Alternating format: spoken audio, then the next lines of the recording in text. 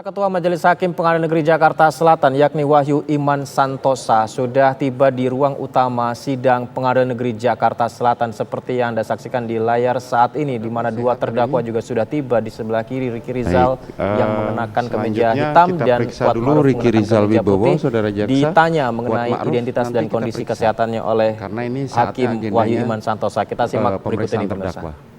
Mohon silahkan nunggu di luar dulu. Ya, silakan. Ya.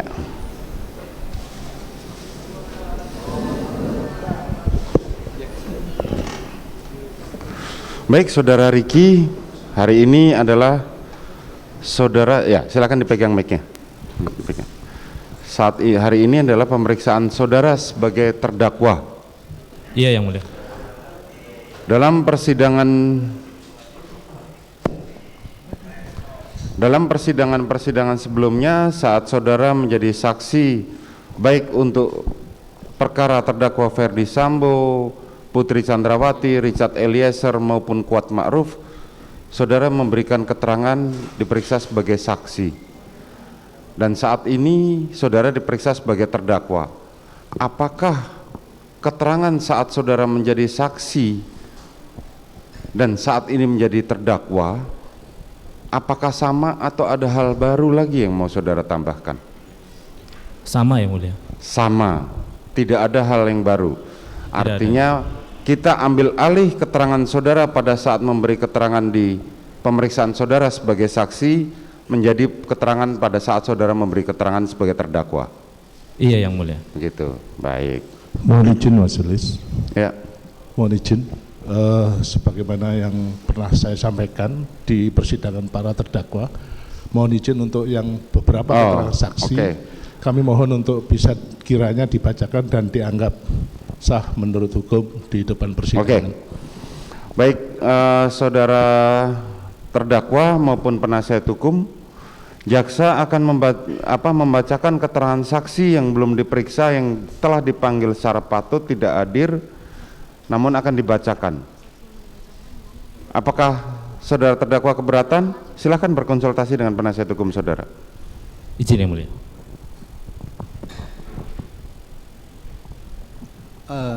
Kalau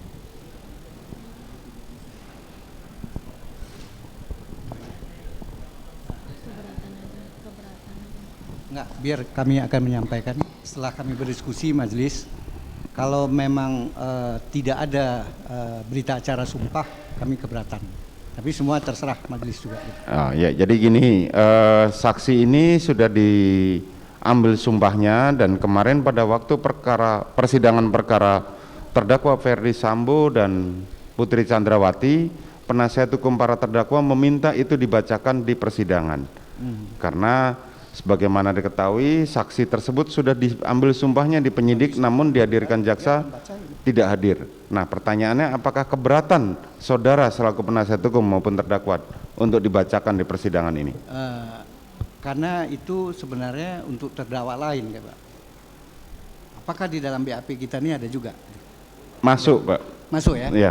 Oke, kalau gitu nanti akan ditanggapin atau dilihat oleh Ricky. Saudara Ricky, mana yang menurut saudara tidak benar, saudara bantah, ya? Iya. Ya, begitu ya. Berarti dibacakan. Nanti saudara dengarkan apa yang saudara, sebagaimana pemeriksaan saksi yang lain. Apabila tidak benar, saudara silahkan tanggapi. Ya.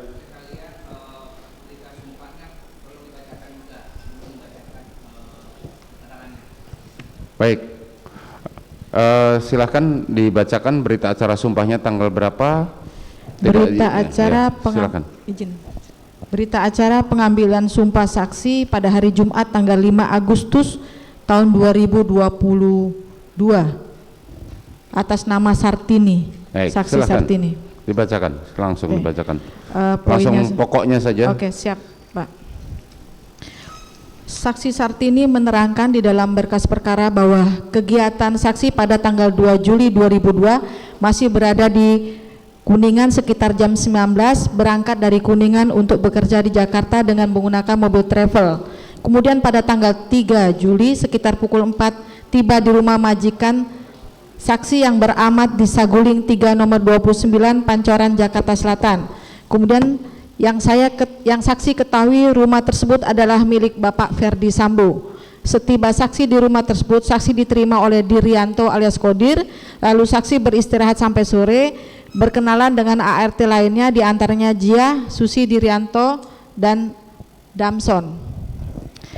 Tanggal 3, tanggal 4 sampai dengan tanggal 8 Juli pagi, kegiatan saksi seperti biasa membersihkan rumah, dan di rumah tersebut hanya ada saksi Jia, Om Damson, serta anak-anak dari Ferdi Sambo. Saksi mengetahui ibu datang dari Magelang, namun saksi tidak melihat langsung Putri Chandrawati. Saksi hanya melihat barang-barang ibu dari dalam mobil ke garasi pada sore hari tanggal 8 Juli 2022 sekitar pukul 16 beserta rombongan tidak kenal namanya, dan dilanjutkan adanya pemeriksaan PCR. Pada keesokan harinya pada tanggal 9 Juli 2022 sekitar pukul 8 WIB, saksi bertemu dengan Ibu Putri Chandrawati yang menghampiri saksi di dapur dan berkata, "Oh, ini yang belum dikasih tahu ya pekerjaannya." Lalu saksi diajak ibu ke ruang makan dan menjelaskan bahwa pekerjaan saksi membersihkan rumah, dan kalau sudah beres bantu-bantu Susi di dapur untuk masak, menyediakan makanan. Setelah sarapan, bapak dan ibu kembali ke kamarnya. Cukup majelis.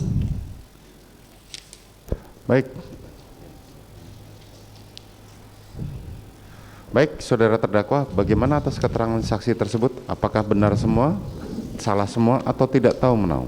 Tidak tahu yang mulia. Tidak tahu. Silakan dilanjut, saudara jaksa penuntut umum. Untuk saksi Rojia alias Jia, berita acara pengambilan sumpah saksi tanggal 8 bulan Agustus tahun 2022 atas nama saksi Rojia alias Jia.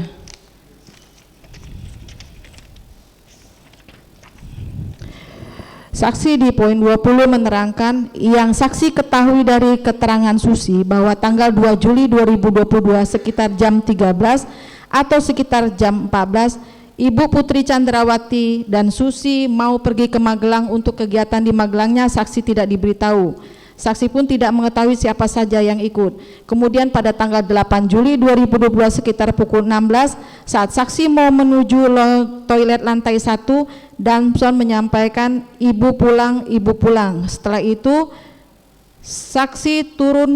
saksi menghampiri Ibu Putri yang berada di dalam garasi mobil yang sudah turun dari mobil Lexus LM warna hitam nomor pol tidak mengetahui. Lalu saksi mengucapkan selamat sore Bu, namun ibu hanya diam saja dan langsung masuk ke dalam rumah, sedangkan saksi langsung kembali ke lantai 2 untuk menjaga anak Ibu Putri Chandrawati. Saksi menerangkan Ibu Putri Chandrawati pergi ke Magelang. Saksi berada di rumah yang berada di Saguling 3 Pancoran beserta anak Ibu Putri Chandrawati bernama Arka, Trisya, Tini, Damson, Dirianto, Kodir. Cukup majelis.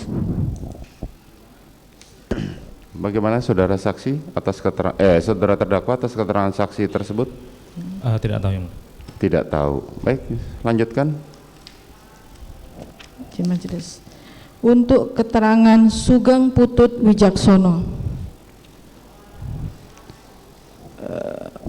berita acara pengambilan sumpah saksi pada tanggal 7 Agustus tahun 2022.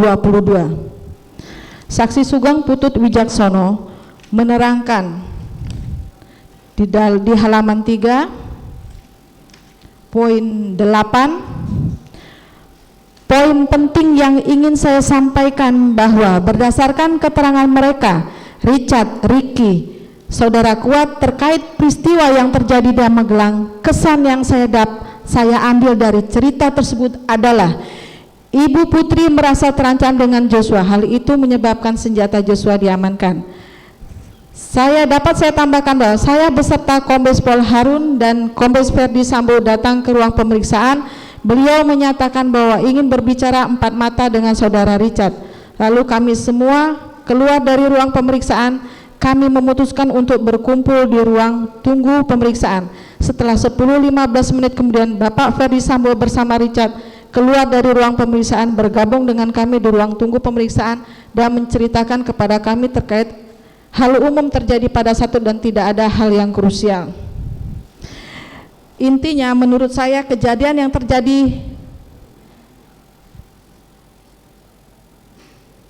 bahwa pada hari Kamis tanggal 21 Juli 2002 sekitar pukul 20 WIB saya dipanggil ke rumah Bapak Ferdi Sambo melalui pesan WhatsApp terkait masalah piket anggota Forpos yang berjaga di rumah beliau. Setelah itu saya datang ke rumah Bapak Ferdi Sambo, namun saat berada di rumah beliau dan bertemu dengan beliau, pembicaraan kami sebenarnya lebih berfokus pada permasalahan yang ada di Magelang, yang dimana beliau menyampaikan bahwa sebenarnya tidak ada masalah yang terjadi di Magelang. Semua cerita terkait peristiwa yang terjadi di Magelang tidak ada. Pada hari Jumat pada tanggal 5 Agustus 2022, setelah Bapak Ferdi Sambo diperiksa di Tipidum Barreskrim, saya ditelepon oleh beliau untuk mengingatkan bahwa beliau sudah diperiksa. Dalam pemeriksaan, beliau ditanyakan oleh penyidik terkait pertemuan yang terjadi waktu di ruang pemeriksaan Provos.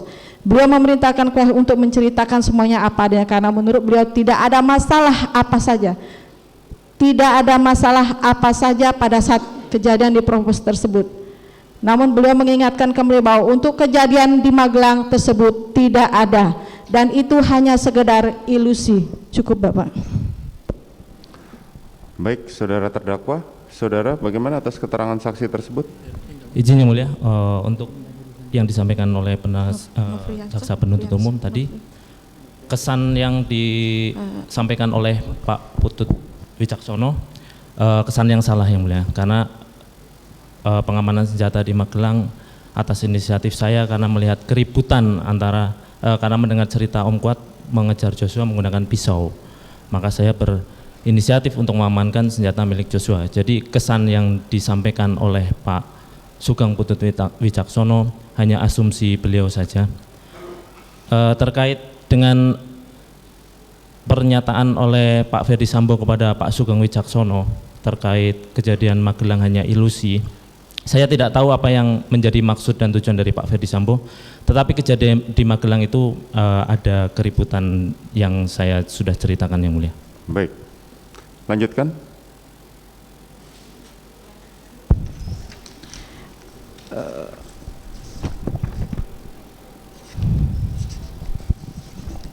Berita acara pengambilan saksi Novianto Rifai tanggal 15 bulan Agustus 2022. Saksi Novianto Rifai menerangkan di poin 17 bahwa pada tanggal 7 Juli 2022 sekitar pukul 9.30 saya melihat Irjen Pol Ferdi Sambo bersama dengan ADC ajudan yaitu Daden datang ke kantor di Propampori karena baru kembali dari luar kota yaitu Magelang, Jawa Tengah. Setelah itu saudara Irjen Pol Ferdi Sambo melakukan swab PCR di ruangan Kadif Propampori. Selanjutnya saudara Irjen Ferdi Sambo langsung mengerjakan tugas-tugas kantor seperti biasa. Sekitar pukul 20 WIB saya melihat saudara Irjen Polri Sambo bersama dengan ADC dan ajudan yaitu saudara Daden pulang ke kediaman dengan menggunakan kendaraan mobil Lexus tipe LX 570 warna hitam Nopol Dinas Polri 0111 dengan Walmor pengawalan bermotor Brida Farhan. Saya juga melihat driver sopir yang bertugas adalah Prayogi. Pada tanggal 8 Juli 2022 sekitar pukul 8 WIB saya melihat Irjen Pol Ferdi Sambo bersama dengan ADC ajudan Brigadir Polisi Azan Romer datang ke Biro Provos di Propampori dalam rangka kegiatan ANEF di Biro Provos di Propampori. Sekitar pukul 11 saya melihat Irjen Pol Ferdi Sambo beserta saudara Prayogi driver atau supir ke ruangan Kadif Propampori. Sekitar pukul 14 saya melihat Irjen Pol Ferdi Sambo menghadiri kegiatan PK peninjauan kembali di lantai 2 dalam kasus Brotoseno. Setelah sidang dilaksanakan sekitar pukul 14.40 saya melihat Irjen Pol Sambo turun dari lantai 2 untuk kembali ke ruangan Kadif Propampori. Sekitar pukul 15 saya melihat Irjen Pol Sambo bersama dengan ADC ajudan Brigadir Polisi Azan Romer ke ruangan Kadif Propampori untuk berangkat menghadiri undangan bulu tangkis di Studio Alam Depok Jawa Barat, kediaman dari Jenderal Polisi Purnawirawan Idam Aziz dengan menggunakan mobil Lexus tipe LX570 warna hitam nomor Poldinas Polri 01 dengan warna pengawasan bermotor Bribda Farhan. Saya juga melihat driver sopir bertugas saat itu adalah Prayogi. Setelah Irjen Pol Verdi Sambo meninggalkan kantor Kadif Propam Polda sekitar pukul 15, kemudian saya standby di ruangan SPRI sampai dengan pukul 21 WIB, dan selanjutnya saya pulang ke rumah. Tiba-tiba pukul 21.30 saya dihubungi melalui via telepon Saudara Kompol Cuk Putranto dan mengatakan kepada saya, "Nov, tolong dampingi anak-anak di Paminal." Kemudian saya jawab, "Siap," dan saya hubungi yang lain. Kemudian saya menghubungi Bribtu Edwin dan Bribtu Rafli yang bertugas bersama dengan saya sebagai staf pribadi pimpinan untuk datang ke Paminal. Kemudian saya kembali lagi ke kantor, tiba di kantor sekitar pukul 22.30 di Biro Provos di Propam Polri, dan saat melihat situasi sudah ramai, banyak orang berkumpul yang diantaranya saya kenal Saudara Riki sedang berada di lantai 1 piket Mako Provos, dan kemudian saya menghampiri Riki dan menanyakan, "Ada apa, Bang?" Kemudian dijawab oleh Riki, "Enggak apa-apa." Selanjutnya saya bersama dengan Riki langsung naik ke lantai 2 untuk ke ruangan pemeriksaan. Setelah saya berada di lantai 2, saya melihat Saudara Richard dan Saudara Kuat. Kemudian saya tawari makan, lalu tidak direspon. Tidak lama kemudian saya dihubungi oleh Reza Mahareza Rizky melalui via telepon. Saudara Reza mengatakan kepada saya, "Bang, mohon petunjuk, saya disuruh menghadap Propos, ada apa ya?" Kemudian saya jawab, "Iya." Tidak lama kemudian Saudara Reza berada di lantai 2 bertemu dengan saya. Selanjutnya ketika saya mau mengajak Reza ke kantin yang berada di lantai 1, tiba-tiba saya, Saudara Reza, bertemu dengan Kombes Pol Leo yang berpakaian dinas Propos Polri. Tiba-tiba Kombes Pol Leo mengajak Reza masuk ke dalam ruangan taut dan saya langsung naik ke lantai 2. Setelah saya berada di lantai 2, saya melihat Kaden Ano Paminal Kombes Pol Agus Nurpatria berpakaian batik bersama dengan Sigit. Sekitar pukul 23.30 saya bersama dengan Richard, Ricky, Kuat, Saudara Sigit, Kaden Ano Paminal, Kombes Pol Agus Nurpatria ke gedung RO Paminal lantai 7, gedung TNCC, tepatnya di ruangan Detasmen A Biro Paminal di Propam Polri. Setelah sampai di ruangan Kaden A, kemudian saya, Richard, Kuat diperintahkan oleh Kombes Pol Agus untuk melakukan reka ulang, dan saya melihat Kaden Ano Paminal Kombes Pol Agus Nurpatria bertanya kepada Richard, "Chat, gimana kejadian nyata?" Kemudian saya melihat Richard langsung mengarahkan dengan tangan sebagian yang tertuang dalam screenshot video dalam berkas perkara. Cukup, Pak. Baik, Saudara terdakwa, bagaimana atas keterangan saksi tersebut? Siap Yang Mulia. Untuk kejadian tanggal 7 saya masih di Magelang, jadi saya tidak tahu yang disampaikan oleh Novianto Rifai. Untuk 8 malam di Biro Provos, memang seingat saya bertemu dengan Novianto Rifai dan bersama ada juga di ruang Paminal Yang Mulia. Itu saja ya? Iya Yang Mulia. Baik, silahkan. Cukup? Sudah nggak ada saksi lagi ya? Baik, selanjutnya kami periksa Saudara selaku terdakwa, dan tadi Saudara mengatakan apa yang Saudara sudah terangkan di waktu menjadi saksi buat perkara yang lain diambil alih untuk menjadi keterangan Saudara sebagai terdakwa. Kami hanya ingin menanyakan yang poin-poinnya saja. Jadi Saudara tanggal 5 baru bergabung ke Magelang ya? Tanggal 5 malam ya. Tanggal 5 malam. Kemudian pada tanggal 7 malam saat Saudara ditelepon, menerima telepon, Saudara Richard menerima telepon dari terdakwa Putri Chandrawati, Saudara menuju ke rumah, kemudian Saudara menemui Putri Chandrawati sudah terbaring di atas tempat tidur. Demikian Yang Mulia. Dan disampaikan oleh Putri Chandrawati kalau korban telah berbuat yang kejam. Apa yang disampaikan saat itu? Tidak ada penyampaian ke saya Yang Mulia. Saya hanya menanyakan ada apa Ibu. Kemudian Ibu menjawab Yosua di mana gitu. Setelah itu saya turun. Saudara Putri hanya menanyakan di mana Yosua, dan Saudara turun, Saudara mengamankan senjata milik korban. Setelah saya mencari Joshua terlebih dahulu Yang Mulia. Setelah mencari Joshua terlebih dahulu, kemudian Saudara memutuskan untuk mengamankan senjata. Betul Yang Mulia. Karena mendengar cerita dari Om Kuat telah mengejar Joshua menggunakan pisau yang mulia. Baik, sebagaimana diterangkan di saksi-saksi kemarin bahwa saudara melakukan pengamanan terhadap senjata milik korban adalah karena inisiatif saudara sendiri dan tidak dilakukan atas perintah. Betul yang mulia. Betul. Setelah saudara mengamankan, apakah saudara pernah melaporkan kepada terdakwa Putri maupun kepada terdakwa Ferdi Sambo bahwa senjata milik korban sudah saudara amankan? Tidak pernah saya laporkan yang mulia. Tidak pernah saudara laporkan. Kemudian pada waktu hari Jumat tanggal 8 itu saudara meletakkan senjata milik korban itu dan di mobil yang dinaiki oleh terdakwa Putri Chandrawati, Kuat Ma'ruf dan Eliezer. Betul yang mulia. Itu karena setahu saya Joshua juga duduknya di situ yang mulia. Setahu saudara duduknya Joshua sudah di situ. Bentar.